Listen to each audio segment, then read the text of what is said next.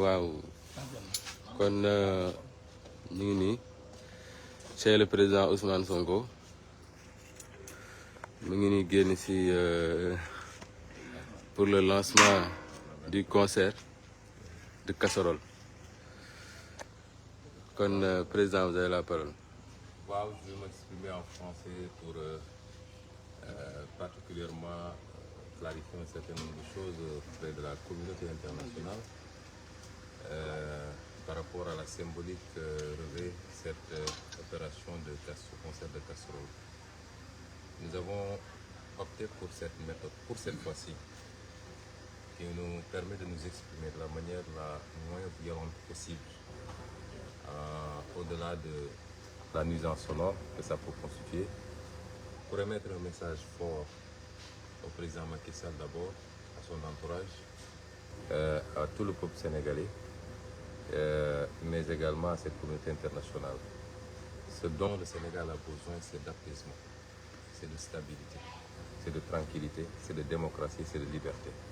Toutes choses qui ont été largement bafouées ces dernières années pour simplement satisfaire aux ambitions d'un homme ou alors d'un petit clan. Il est temps que cela s'arrête. Nous ne voulons plus qu'il y ait des morts d'hommes. Nous ne voulons plus que des jeunes soient gravement blessés. Nous ne voulons plus que des gens soient arbitrairement emprisonnés, uniquement à cause de leur opinion ou de leur coloration politique. Nous ne voulons pas aller vers des élections qui sèmeront le chaos dans ce pays qui était l'un des derniers bastions de stabilité dans l'Afrique de manière générale et en Afrique de l'Ouest en particulier. Et c'est pourquoi, malgré l'illégalité qui frappe l'interdiction qui nous a été faite d'organiser aujourd'hui, ce jour-là, notre cérémonie d'investiture de notre candidat pour la prochaine élection, malgré la mesure arbitraire de barricade de notre domicile, vous voyez là-bas encore le stationnement des forces de défense et de sécurité, et les autres sont de l'autre côté, qui dure depuis 1 mois et demi, sans aucune décision judiciaire ni administrative, malgré la persécution au quotidien dont nous souffrons. Je parle de tous nos militants.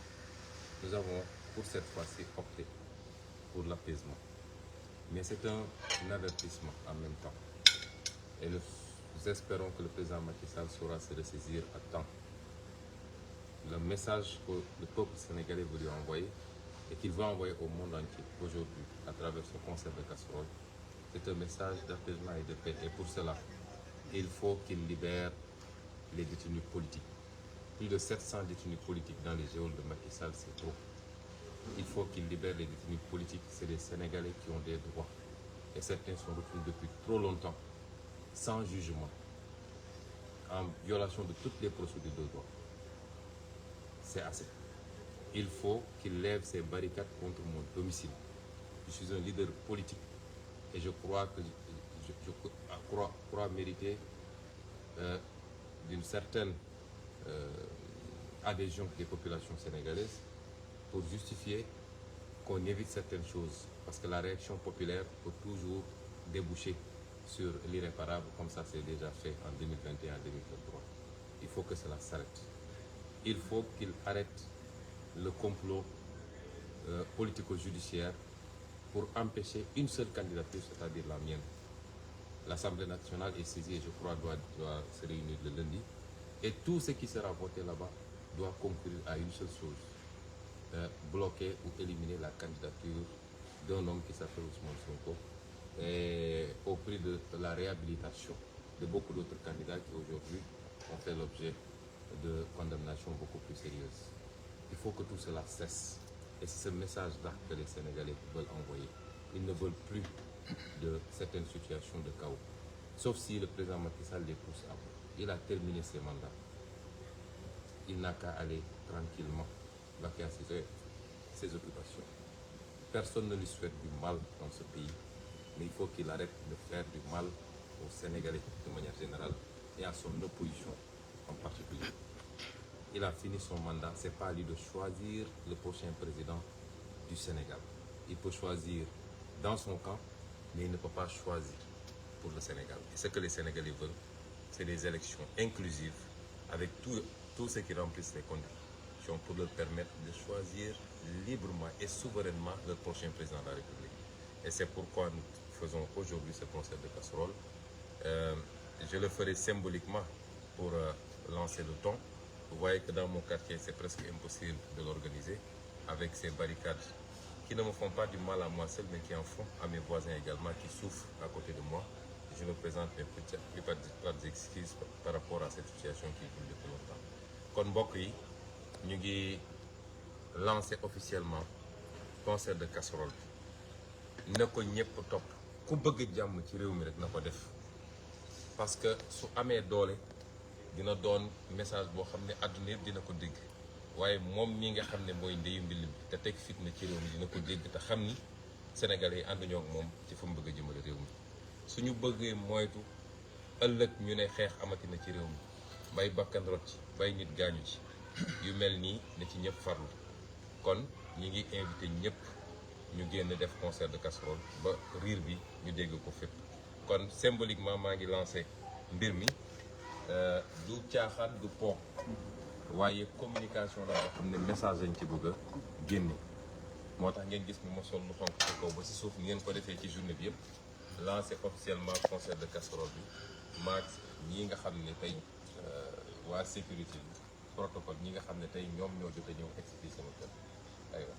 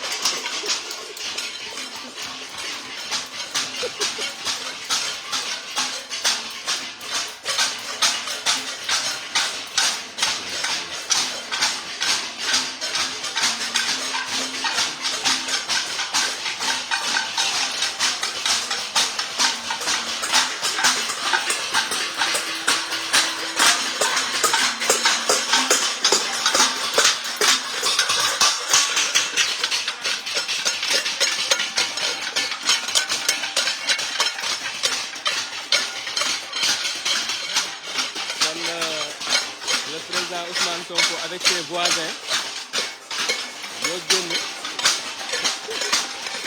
kon ngeen leen gisee xale yi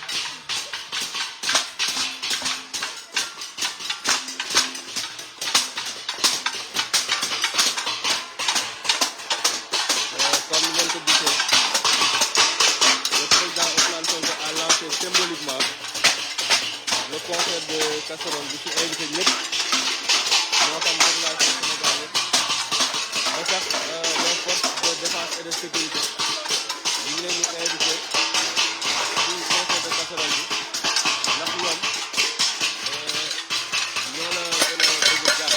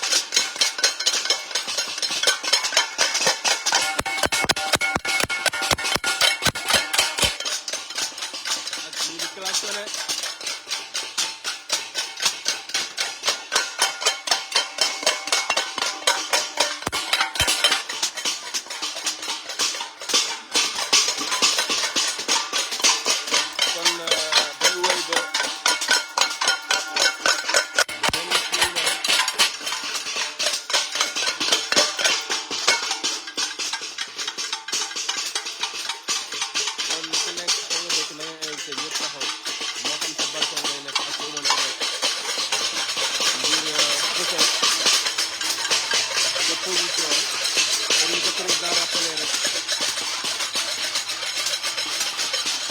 mooy képp koo xamante ne bëgg nga jàmm képp koo xamante ne d'accord ci li nga xamante ne mooy ci li Macky Sall nekkee mën nga génn fësal ko moo xam Jakarta nga yor nga def say klaxon moo xam oto nga yor moo xam tay bool nga yor nga tëgg wane ne jàmm nga bëgg ci Sénégal waaye d'accord ci li nga xamante ne moom la le président Macky Sall bëgg doxalee kon lii la woon dañ leen laata li nga xamante ne mooy concert de casserole bi